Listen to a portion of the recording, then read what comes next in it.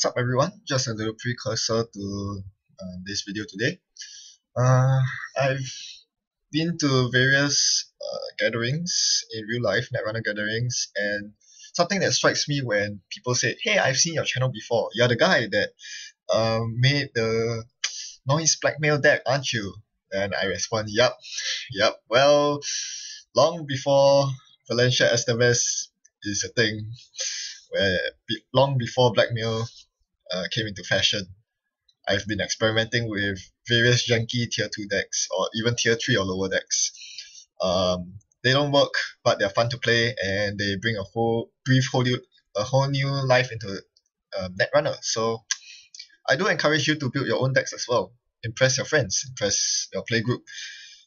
There's so much potential to be had in Order and Chaos. Not so much when it comes to competitive play, in my opinion, but if you're just looking for casual play, there's a lot of experimentation room now, especially with 17 or 18 expansions and core boxes combined released in the card pool. There are so many possibilities, it's mind-boggling. So with that, I'll begin talking about Max today. This is the ID we'll be focusing on. And yeah, I chose this ID because it seems like the one that everyone is gravitating towards with good reason. Historically, Anarchs have lacked consistency, and they still do. In the current data pack, in the current big box expansion, the developers have still been evil. They haven't given Anarchs any tutors whatsoever. So basically the only tutor in faction for Anarchs is Jin for viruses, which is rather inefficient. Everything else, sure, they got card draw in the form of Steel Skin, or now renamed to IF Had Worse apparently. And they've got lots of fun tools like extra clicks and more destruction, but they still lack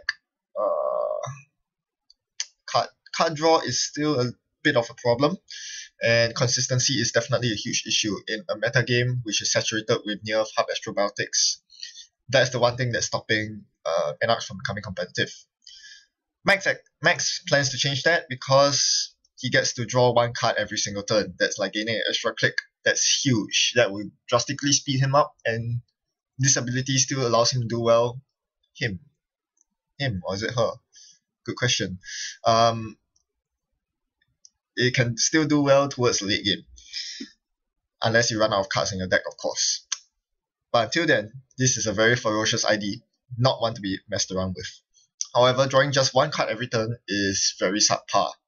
In that case, you might as well just play a better set of cards, the blue cards instead, and pick Andromeda. You get 4 cards right off the bat. So, why play Max? Simple. Because you want the trash the top 2 cards of your stack part of this ability to be a benefit, not a hindrance. So, how can you go about doing this? Here's some guidelines for you. First and foremost, we'll have to consider what kind of cards can be utilized from the heap. What kind of cards that can Anarchs effectively utilize from heap? And the answer is really simple: events and programs. With events, you have same old things to recur them. With programs, you have Retrieval Run, and if you choose to splash it, you have Clone Chips. You can also use other stuff, Scavenge, other stuff that rescue stuff from heap. Actually, that's pretty much it. Yeah. And of course, Deja Vu. If you're going down the virus route as I do here, Deja Vu allows you to rescue up to 2 viruses from your heap, which can be incredibly useful.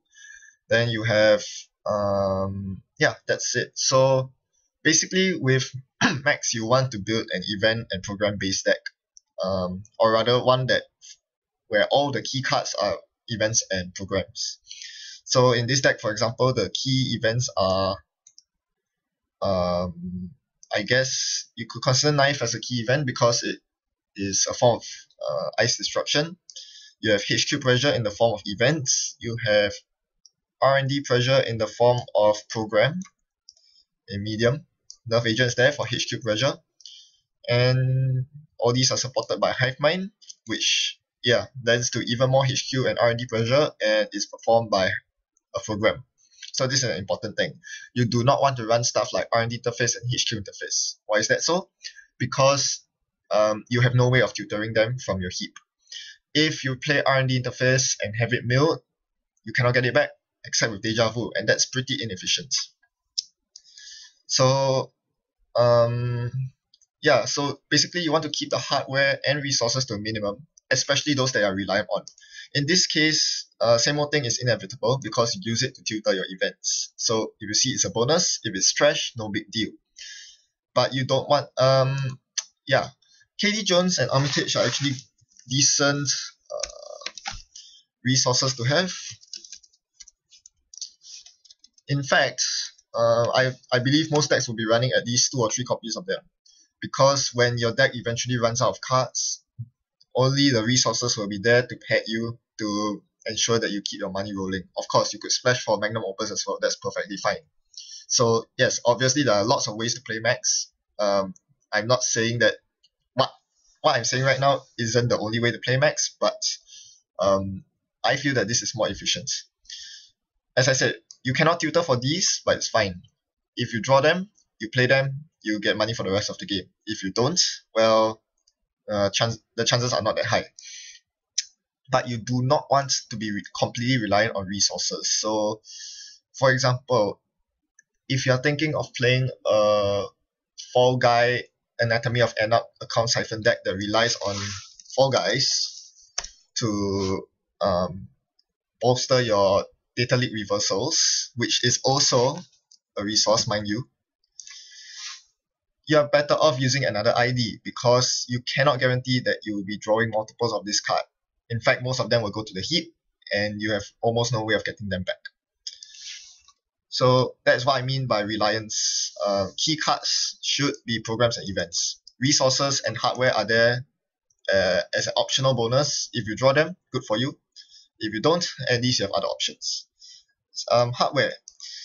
Grimoire is, you can run consoles definitely, but if you want to run them, you better run multiple copies of them, unless you are completely not reliant on them. In my case, I'm running lots of viruses, so I obviously want Grimoire. 3 copies is necessary, otherwise it's almost certain that the Grimoires will end up in my heap. And I want to see early better than late because of Incubator, which you want to set up as early as possible. Now, Clone Chip, same thing. If it's for recursion, if you don't see your clone chip, it's fine, because if you're not drawing your clone chips, if they're all going to heap, it means that you're drawing your programs, which, well, mission accomplished anyway. But if you do draw your clone chips, there are another out for you to recurse your program should they all, like if all your copies of Medium go into the heap, or if you need your Davids but they're all in the heap. Clone chip does that for you. Now, finally, the big debate that I've seen on the StimHack forums: do you play Levi AR Live Access or not with Max? My answer is yes, for a very simple reason. You need, if you are going to even make a deck that is even remotely has a chance of being considered a tier 2 deck, you need to tag against Jinteki PE. That is the one corp ID that will completely murder you. There is no net damage prevention in Anarch, so you basically have to splash for tag against Jinteki PE. You could get Deus Ex, but it's not very easy to recurse it. You could get Net Shield, that could actually be decent, but I think for the most part, Levi AI Lab Access is the way to go. For 3 influence, it is tutorable with same old thing, Deja Vu, and more importantly, it allows you to basically go through all your powerful events once again, which is helpful in other matchups, which means that it won't be a dead card against non-Jinteki PE matchups. So I think Levi AR Lab Access is a must, if only for the Jinteki PE matchup, because if you don't have a way to put your whole stack back in your heap, put your whole heap into your stack, my bad. Basically, with assuming you have a 45 card deck, you will only draw about 20 cards, assuming you don't power draw. You will only draw 20 cards from your deck, the other 25 will go into your heap. So with only 20 cards to play with against Jinteki PE, you are almost guaranteed to lose. So Levi AR Lab Access gives you an out for that. Of course, you have to be careful of Kronos Project, which is very scary against MaxX. all in all, it's not a good matchup for Max, but I think the one Levi AR Lab Access will do you good. So, back to the question. What other ways are there to play Max? Are viruses the only way to go? Obviously not. I think one of the best things you can do is to play. Is it here? No. One of the best things you can do is to play chess, which I show here. This is one of my older decks, if you remember. Cards up to first contact. How old was this? I have no idea. But yes, that was when Dugas came out, and I was saying Dugas will be the thing that changes Enak upside down. Well, it's not. Enak still suck even with Dugas. Obviously, the 4 clicks to click for 10 cards has a lot of limitations. But now Max gives you an ability to do basically the same thing that I wanted to do. Draw lots of cards, put the chess pieces in your heap so you can recurse them with pawn. And with the rest of the cards in your hand, you can start playing lots of chess. So exactly that. Just port this into Max and you're good to go. Well, sort of. Yeah, you want to get rid of all the extravenous resources. And when you're done with that, it will probably look something like, not this one, this. Yeah, so you see some stark similarities with my other Max deck. The clone chips are still required because you cannot ensure the success of retrieval run. That's a problem with Enak cards in general. They are either conditional or yeah, there's some sort of downside. You have to make sure that you have free access to archives before you can use retrieval run. Chess is not that strong in today's meta, so it needs to be both. Basically, it cannot function on its own. You definitely need the standard Enak Breaker suite to complement Bishop and Knight. And Crescentus is there solely for the Blue Sun matchup. Without Crescentus, you are basically dead against Blue Sun because they will simply bounce all the ice back and all your chess pieces will go to waste. But they cannot bounce unrest ice back. So if you want to play chess, Crescentus is a must splash. No question about that. Same old thing. Deja Vu, all these are very standard cards. And most of my cards, as you see, are events. Basic economy, day job is event based. Couple of resources to back it up, as I mentioned earlier. 3 of a console, again, as I mentioned earlier, so that you can more or less ensure that you actually draw one into your hand. And all my important events, R&D access, HQ access, are all in the form of events, not hardware. This is very important to note. I could also go for medium, that's perfectly viable, but I chose not to in this game. I mean, in this setup, you could definitely go for that. So back to the grand scheme of things. Max is a very strong ID that probably performs well against most IDs. Against Astrobiotics, I'm not so sure. I still think that even with this ID, Enaks will still suffer from consistency issues. Being able to tutor from your heap is nice. Just to give you just to put things into perspective. You start with 5 cards in your hand. By the start of turn 4, you would have 17. You have seen 17 out of 45 cards in your deck. That's 9 cards that you have drawn, similar to Andromeda, and the other 8 cards would be in your heap. So you have access to 17 out of 45 cards of your deck. If you're running 3 copies of something like Knight or Deep Red, there's a very good chance you have seen it by then, because 17 out of 45, that is about a third of your deck. The only issue is that the remaining 2/3 of your deck are more or less inaccessible because Enaks don't have any good way of tutoring from your deck.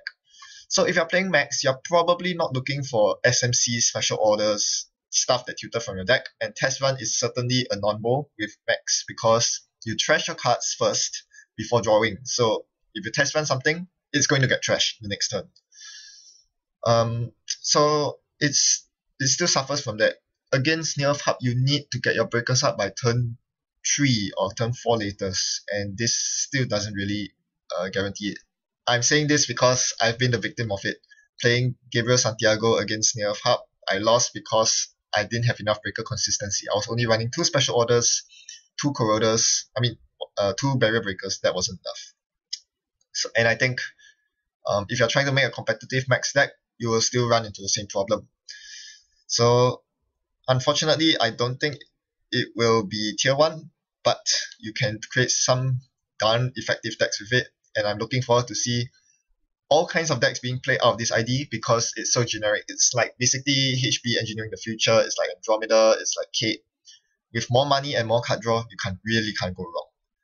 So I hope this has inspired you to make some of your own Max decks because I think it's the ID with the most potential for interesting stuff. Thanks for watching. Happy deck building.